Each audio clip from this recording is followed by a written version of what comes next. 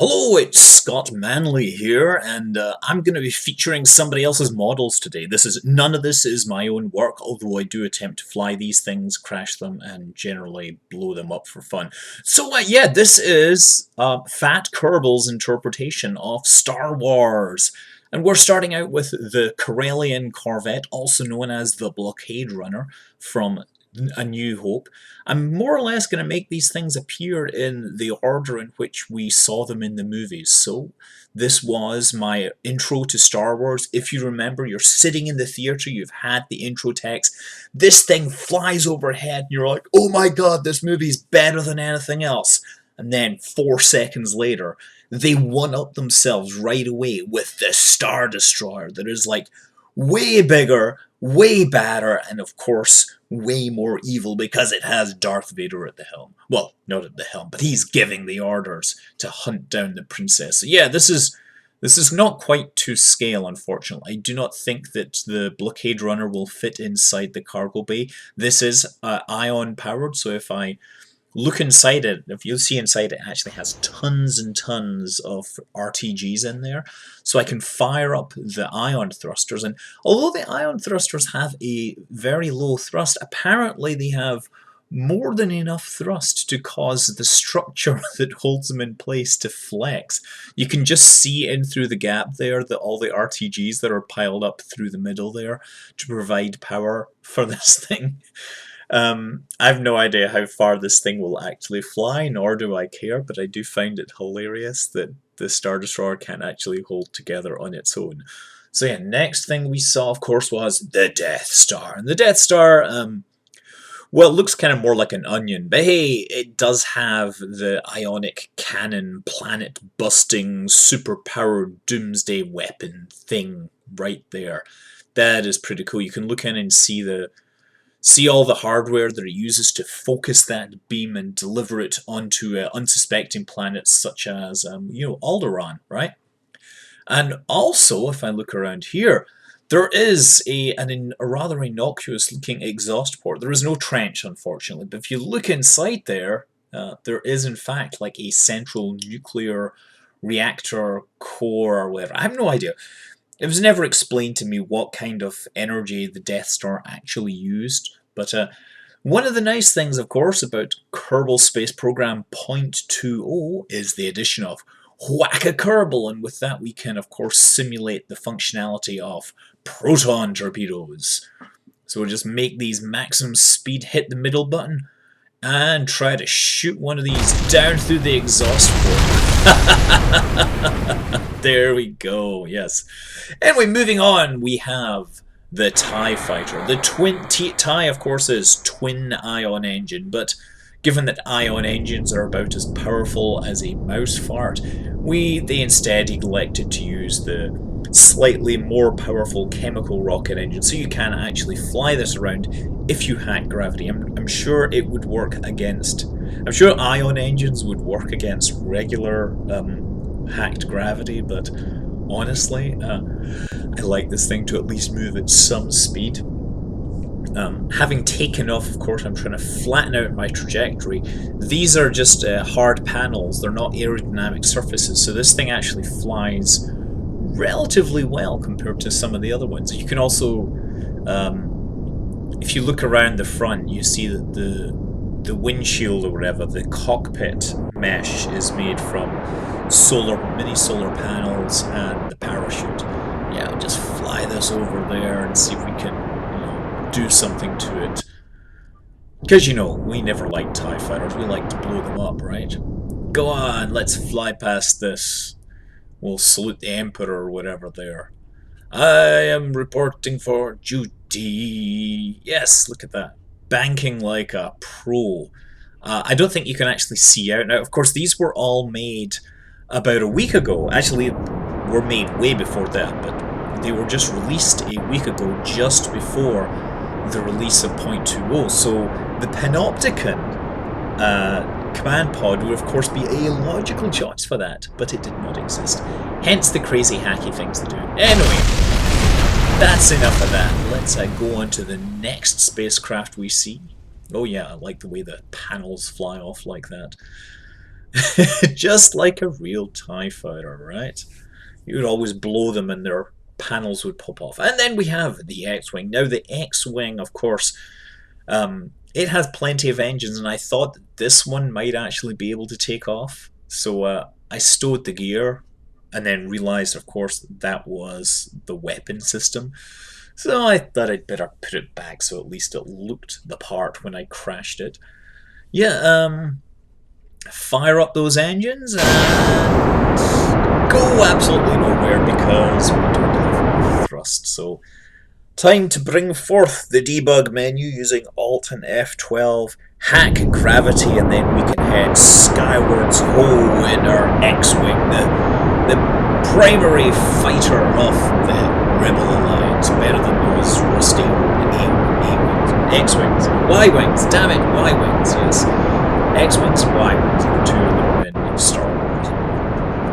But yeah, actually this one flies relatively well because the wings are far enough back from the centre of mass that it doesn't tend to flip out of control. You see me actually turning this and I point backwards practically, but it does actually keep under control. There's the monolith in the corner. Let's try some low-level flying between the vehicle assembly building and that radar dish. Imagine we're skimming the surface of the Death Star, right? See, it totally works. Totally works. Now let's blow it up as if a TIE fighter was shooting at it.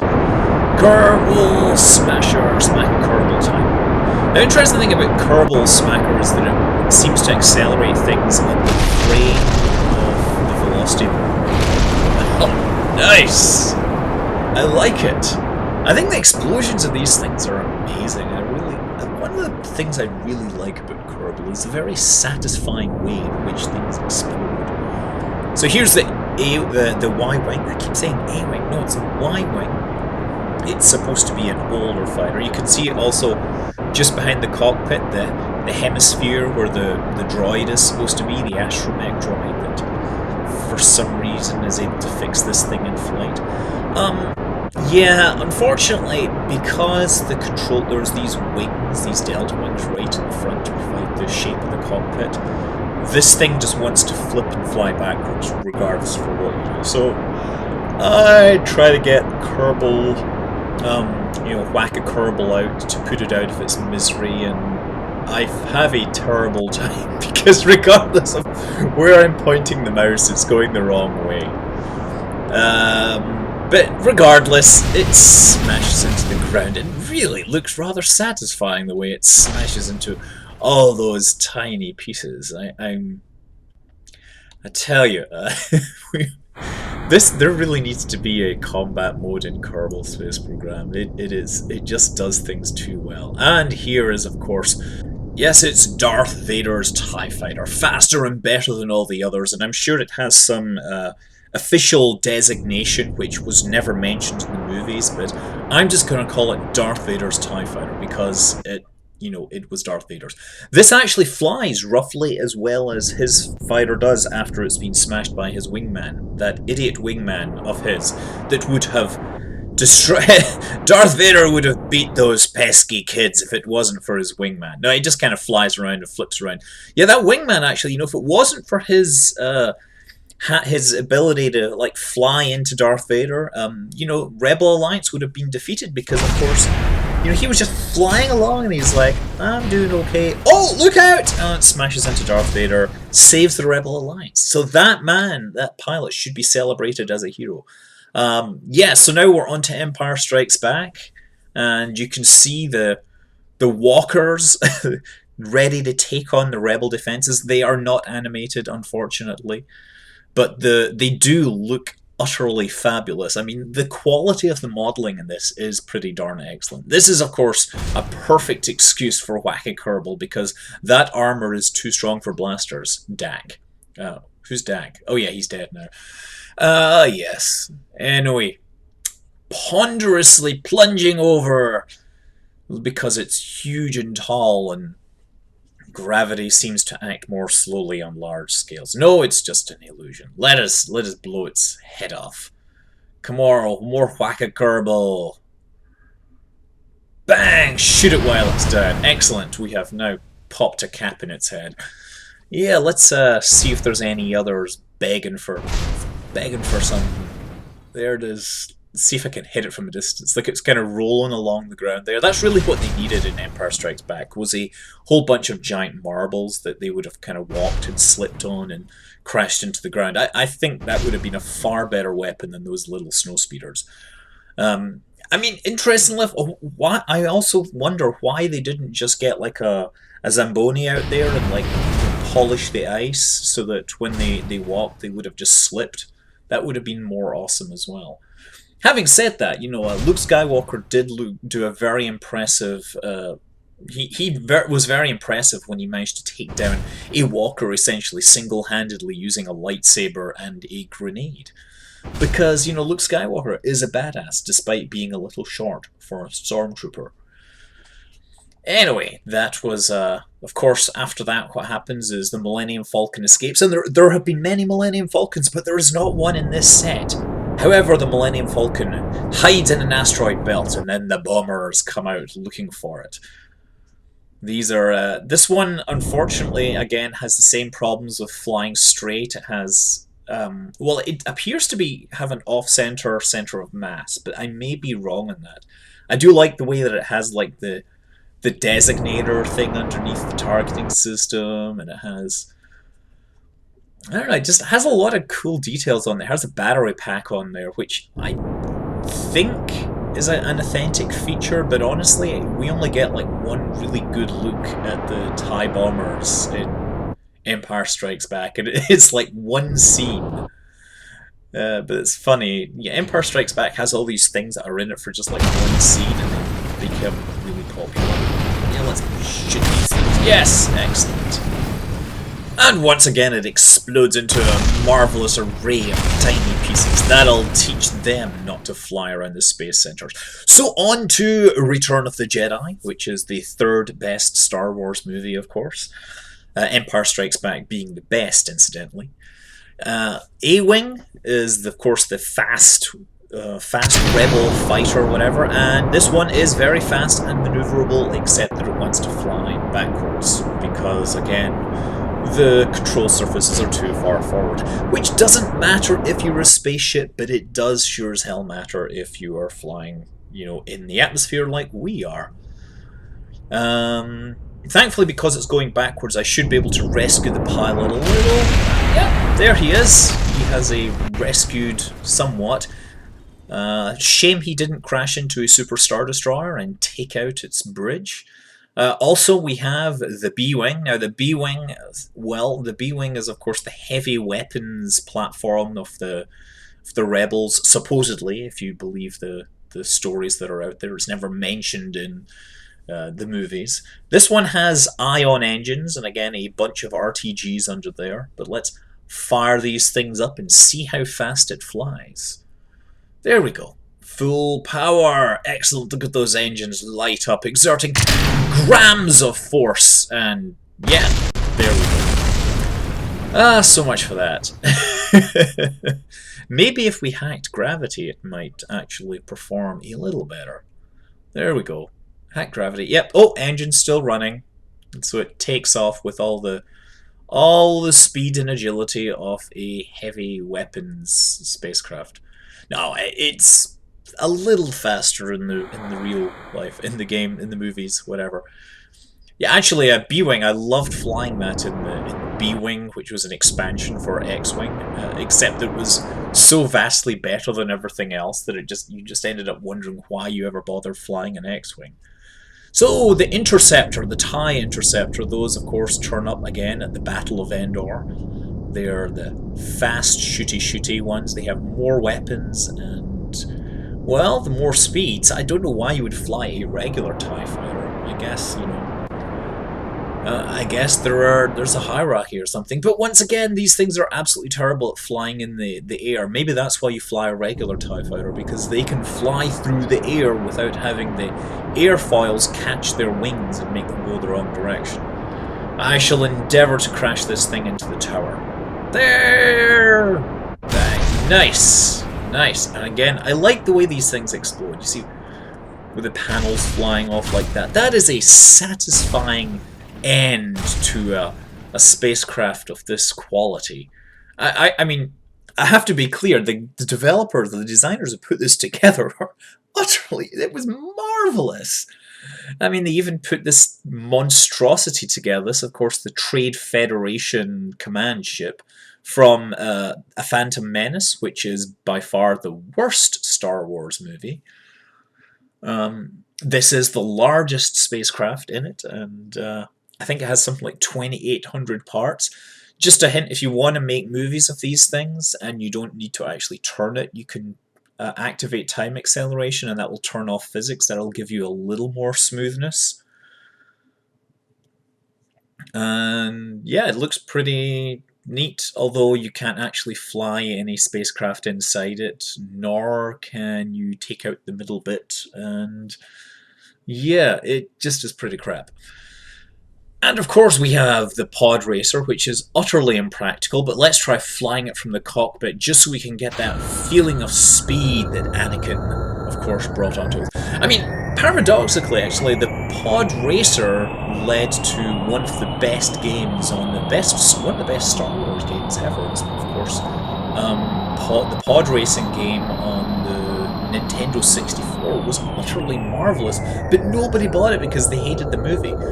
I got a copy for like $5 and it's one of the best games on the Nintendo 64. Not that there are a huge number of games on the Nintendo 64, but there are many bona fide classic games such as GoldenEye and Mario 64.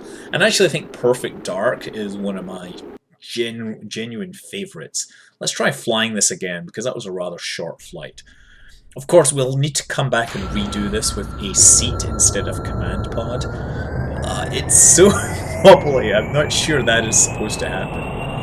And once again this thing flies backwards. Let's try not die this time. Nosedive! And the captain is alright. He obviously used the Force. Or something like that, right? He has a high midichlorian count. This was the movie that introduced all that rubbishness. And of course it also introduced the Naboo starfighters, which you can immediately see that it has a wing right at the front, so you know this thing is not going to work in the atmosphere. I mean, I don't know what they were thinking. If they put a tailplane on it, there might be some control, but no, they wanted their thing that looked the way it looked, I guess. Yeah, it just flies and doesn't want to keep doing anything for me, and you know this thing is not gonna land by any means. There's no landing gear on it to start with. In fact, it starts on the launch pad, balanced on its tail, and it'll pretty much fall apart, even if you don't touch any keys. That's how crap it is. Finally, we get on to Attack of the Clones, which I remember seeing with my workmates at Napster. I think it came out just as Napster shut down, and we all had tickets, so we all went to it anyway. I may have been misremembering. Yes, these have functioning weapon systems of sorts. Oh yeah, I should probably turn off. I probably need to turn off infinite fuel here. Infinite fuel, there we go, those things will eventually run out. Of course, the big wheels on those are supposed to spin and they're supposed to drive along the ground and not have turbos on board either. They're supposed to be drones. And what else do we have? We have the spider droid you can see there to the right. I'm not sure why they call it a spider droid because it has only 4 legs. It's like a half-assed spider droid. I don't know about that. Yeah, let's try firing this one. Yes, that is really satisfying. It is a weapon where if you're standing 10 feet in front of it, it's absolutely devastating. Otherwise, you're hopeless. But anyway, this is the spider droid, which is, of course, I don't know, the droid version of the heavy walker thingies. Obviously, droids have never seen many spiders because it has only 4 legs, and in this case, they're made of solid rocket boosters. But I'm sure we can get something out of that. Yes. Okay. Well, that's what happens when you hit space. It's like a defensive weapon or something. And well, nope. The exhausts are blocked. since those are structural parts that probably wouldn't break under the force of the thrust coming down. So let us head out over the battlefield and take a look at what they're fighting. They are, of course, facing off against the Republic dropships, which have engines up there, which we can immediately see will be totally pointless. But let's try flying this nonetheless. I do like the way that it has a little area that you can put your Kerbals in so they can kind of hang out there while they're waiting to lift off. Not that it's going to lift off, but... yeah, I wonder if we can get any ascent from this. If we can get it just up in the air, maybe those wings will hold it. There, we're kind of sliding forwards, very slowly. Obviously, this is supposed to simulate the planet Geonosis, and so they've put it on Duna because of its red soil. But yeah, this is not going anywhere. It's just gonna kind of. I'm trying to turn one way, it ain't working. Try to wobble. Maybe I could get it to like flip onto its back and fire upwards. It looks like we're doing the world's slowest donut in a spaceship. Look at that, eh? It's practically drift art. No, this ain't going anywhere. Seriously. I think that is all that we have from the Star Wars pack for this point. We have nothing from Revenge of the Sith, which is the fourth best movie. The quadrilogy. I don't know. It's got 6 parts. There's a name for it. And it'll be interesting to see what number 7 brings up. Regardless, I hope you've enjoyed this tour of this magnificent pack. It is by Fat Kerbal. It is, you know, I'm just totally in love with the detail that's been put into these things, and I'm really happy that he's published it. I really think it's great that people do this kind of thing. Anyway, I'm Scott Manley. May the Force be with you, and fly safe.